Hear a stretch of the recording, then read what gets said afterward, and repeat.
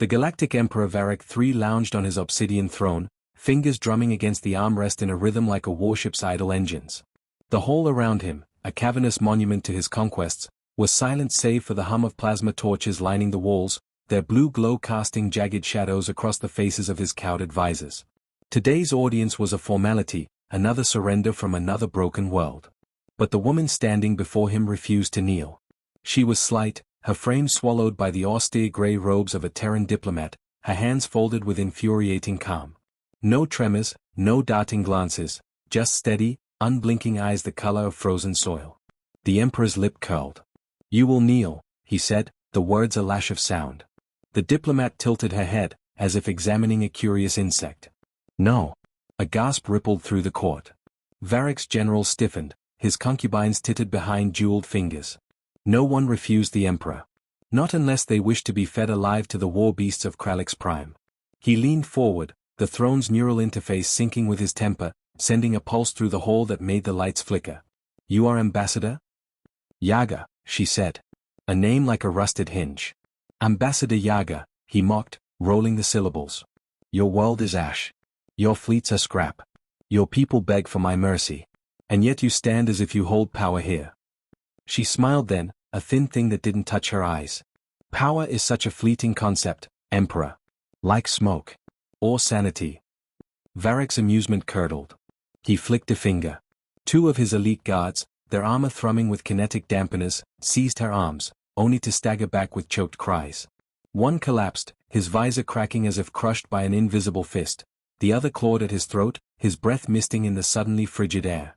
The hall erupted. Advisors scrambled back, weapons were drawn but not fired. The Emperor rose, his own pulse rifle sliding from its holster. Yet Yaga hadn't moved. Her robes rustled though there was no wind, and the scent of damp earth and iron filled the air. "What are you?" Varric snarled. She stepped over the twitching guard, her boots leaving frost in their wake. "You attacked my world," she said, her voice now laid, echoing as if spoken through a dozen throats. "But you never asked what else lived there." The temperature plummeted. The plasma torches gutted, their light now a sickly green. Shadows pooled at Yaga's feet, twisting like living things. Varric's rifle trembled in his grip, not from fear, he told himself, but from the unnatural cold seeping into his bones. Then she spoke a word. A name. His mother's name. The one buried in the Imperial archives, the one no living soul could know. The Emperor's blood turned to ice. The Emperor's pulse rifle clattered to the floor, the sound swallowed by the unnatural silence that had gripped the throne room. His mother's name, Lilia hung in the air like a curse, a secret ripped from the deepest vault of his past. The guards still standing had backed away, their weapons trained on Yaga but their hands shaking. Even the ever-loyal Chancellor Draven had gone pale, his lips moving soundlessly as if reciting prayers to gods long forgotten. Yaga took another step forward, and the shadows followed. The hem of her robe whispered against the floor, though no wind stirred in the sealed hall. Frost crackled across the Emperor's throne, creeping toward his boots. "You don't know me," she said, her voice no longer the measured tone of a diplomat but something older, rougher, as if dragged from the throat of the earth itself. "But I know you, Varric of House Sarnath. Conqueror of 12 systems. Butcher of Kesha. Weakling. The last word struck like a blade. Varric's nostrils flared. Weak? Him? The man who had broken fleets, who had made emperors kneel. His fingers twitched toward the dagger at his belt, forged from the heart of a dying star, they said, capable of cutting through anything. "Your weapons won't save you," Yaga murmured, as if reading his thoughts. "They never do." With a snarl, Varric lunged. The dagger flashed, its edge humming with contained fury, only to stop an inch from Yaga's throat, suspended in the air as if caught in unseen jaws. His muscles strained, but the blade would not move. Then it melted. Molten metal dripped onto the floor, hissing as it struck the frost-coated tiles. The Emperor staggered back, his breath ragged. "What are you?" he demanded again, his voice raw. Yaga's smile widened, revealing teeth too sharp, too numerous. "I am the witch who walks between stars," she said. "The one who was old when your ancestors first crawled from their caves. I am Baba Yaga." A murmur rippled through the court. That name, whispered in old Terran legends, in the warnings of deep space travelers who spoke of a crone who feasted on the wicked. A myth. A nightmare. And she was here. Varroc's mind raced. This was no mere trick, no hologram or psychic illusion. His dagger was gone. His guards were useless. His throne room, once a symbol of invincibility, now felt like a cage. You think yourself a god, Baba Yaga continued, stepping closer. The air around her warped, as if reality itself resisted her presence. But gods can be unmade. The emperor's heart hammered against his ribs. He had faced rebellions, assassins, even rogue AIs, but never something like this. Never something that looked at him not with fear, not with hatred, but with amusement. Then she reached out, her fingers brushing his forehead. And the world split. Visions erupted behind his eyes, his conquests, yes, but twisted. The cities he burned screamed not in terror, but in laughter. The ships he destroyed reformed in the void, their hulls pulsing like living flesh. And at the center of it all, a hut, a grotesque, skeletal thing perched on avian legs, its door gaping like a maw. He wrenched himself free with a gasp, collapsing to his knees. His breath came in ragged gulps, his skin slick with cold sweat. Baba Yaga loomed over him, her shadow stretching, wrong across the walls. You have two choices, little emperor, she said softly. Run. Or face me properly. The throne room was utterly still. Even the distant hum of the starship's engines seemed to have faded. Varroc, emperor of the galactic reach, who had never known defeat, looked into the abyss of her eyes. And for the first time in his life, felt true fear. The emperor's knees ached against the cold floor, but pride forced him to rise. His crown, a circlet of blackened star metal, sat crooked on his brow, its weight suddenly unbearable. Around him, the court had dissolved into chaos. Advisors whispered of curses, guards clutched talismans hastily pulled from beneath their armor. Even the air smelled different, thick with the scent of damp soil and something older, something that coiled in the lungs like a promise of rot. Baba Yaga watched him, her head tilted like a bird considering a worm. Well? She asked. Will you run? Varroc's lips peeled back from his teeth. Run? From a which asterisk? He was the galactic emperor, heir to 1,000 battlefields. He would not cower. I do not flee, he spat. Her laughter was the sound of branches scraping against a coffin lid. Good. With a flick of her wrist, the throne room twisted star. The walls stretched, the ceiling yawned into blackness, and the floor buckled like living flesh. Courtiers screamed as cracks split the marble, vomiting up gnarled roots that writhed toward them. Varroc stumbled back, only to feel something grab his ankle. A hand. Bone fingers, clad in tattered imperial silk, clamped around his leg. Another emerged, then another, pale and rotting, their wrists still bearing the manacles he'd ordered for traitors. The dead of Kesha, of Zyria, of all the worlds he'd burned, they clawed their way free of the earth that had no right to be beneath his palace.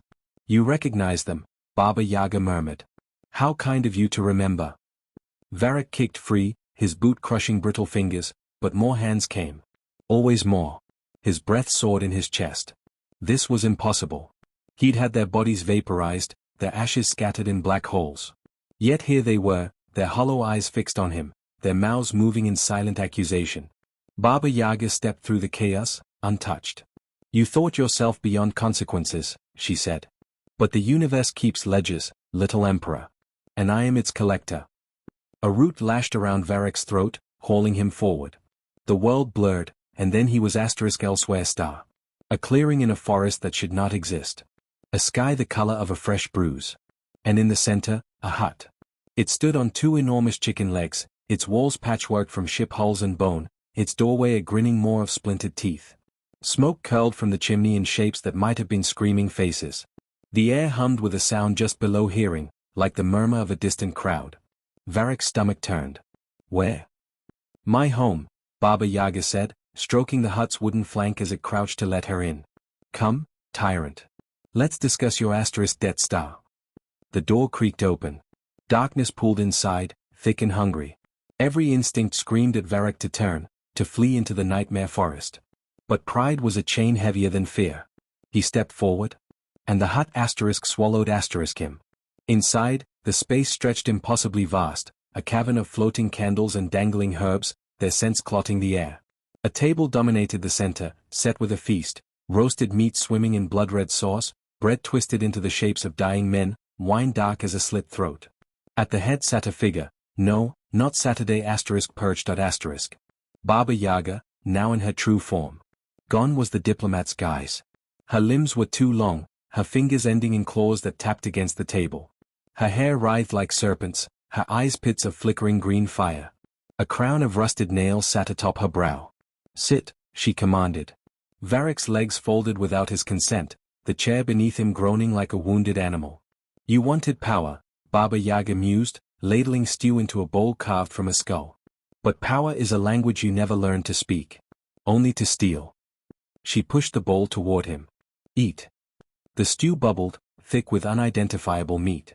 Varric's hands shook. I refuse. Of course you do. She sighed. But this is the only way out. Eat, and see the truth. Or starve, and remain blind. A test, then. Varric's jaw clenched. He would not be manipulated. He seized the bowl. And the moment the broth touched his lips, the visions came. His mother, Lilia, whispering secrets to a hooded figure by candlelight. A deal struck, her firstborn soul, in exchange for a dynasty. Asterisk himself as a child, watching as his father's rivals withered to husks overnight. Asterisk his first conquest, the planet Kesha, its skies black with smoke, and there, in the ashes, a hunched figure gathering screams like flowers. Varric gagged, the bowl shattering on the floor. Lies. Baba Yaga licked her claws. You were never the architect. Only the weapon. Your mother sold you to me before you drew breath. The word struck harder than any blade. His victories, his empire, all preordained? All fuel? No, he snarled, surging to his feet. I earned my throne. With my whispers in your ear. My curses on your enemies. Baba Yaga rose, her form swelling to fill the hut. And now, the bill comes due. The walls pulsed. The candles guttered. And the hut's doorway reappeared, not leading back to the forest, but to a starless void. Varric understood. A choice, oblivion, or service, Baba Yaga purred. The universe always needs monsters, little emperor. And you are so very good at it. Outside, the chicken-legged hut began to dance. The void beyond the hut's doorway was not empty. Varric knew this the moment he crossed the threshold, his boots meeting not air but something solid, an invisible road winding through the abyss. Behind him, the hut's door snapped shut, its chicken legs scuttling away into the dark. Ahead, the path glimmered with faint, corpse-light stars, each one pulsing in time with a sound like a slowing heartbeat. He should have been adrift. Should have suffocated. Yet his lungs filled easily, the cold sharp as a blade but painless. When he touched his chest, his fingers met not the embroidered silk of his imperial robes, but rough-spun fabric, stinking of damp and old blood. A chuckle echoed through the void. Baba Yaga stood beside him, though he hadn't heard her approach. She wore a new shape now, a star-pale crone wrapped in tattered nebulas, her hair a swirl of dying constellations. In one hand, she held a spinning distaff, its thread glinting like a comet's tail. The other hand gripped a familiar object, Varric's crown, its metal blackened further, as if freshly pulled from a funeral pyre. You chose service, she said, though he'd spoken no agreement. The words settled into his bones like a contract signed in marrow. Varric opened his mouth to protest, and choked. His tongue was on star. In its place, something writhed, thin and many-legged, scraping the roof of his mouth. He gagged, clawing at his lips, but Baba Yaga caught his wrist with a grip like gravitational collapse. Ah, she chided. Tools don't speak unless permitted. She pressed the crown onto his head. Fire lanced through his skull.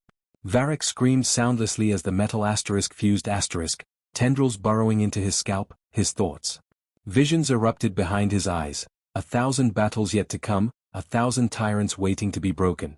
He saw himself standing aboard unfamiliar warships, his face hidden beneath a new mask, a grinning, hollow thing of polished bone. Saw his hands, were they his hands? Lifting, and entire armadas crumbling to rust at the gesture. Baba Yaga released him. You'll do well, she said, almost fondly. Hunger suits you. The path beneath Varric's feet shuddered, then moved carrying him forward like a conveyor belt.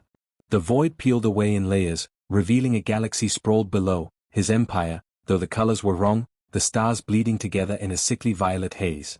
And there, at the edge of known space, a planet burned. Not with the clean fire of orbital bombardment, but with the sputtering, greasy flames of witchcraft. Figures writhed in the smoke, their mouths open in screams he could not hear. Your first lesson, Baba Yaga murmured, her voice receding as the distance between them grew. Kingship is not *taken star. It is *eaten star. Varric tried to resist, but his body was no longer his own. The crown whispered directives, and his limbs obeyed. He raised his arms. Felt power gather in his palms, not the crude might of plasma and steel, but something older, something that *gnawed star. The planet's screams grew louder. And as the first wave of his new hunger crashed over him, the Galactic Emperor, once Varric III, now and forever only the hollow crown began to laugh. Somewhere, in the dark between galaxies, a hut on chicken legs danced.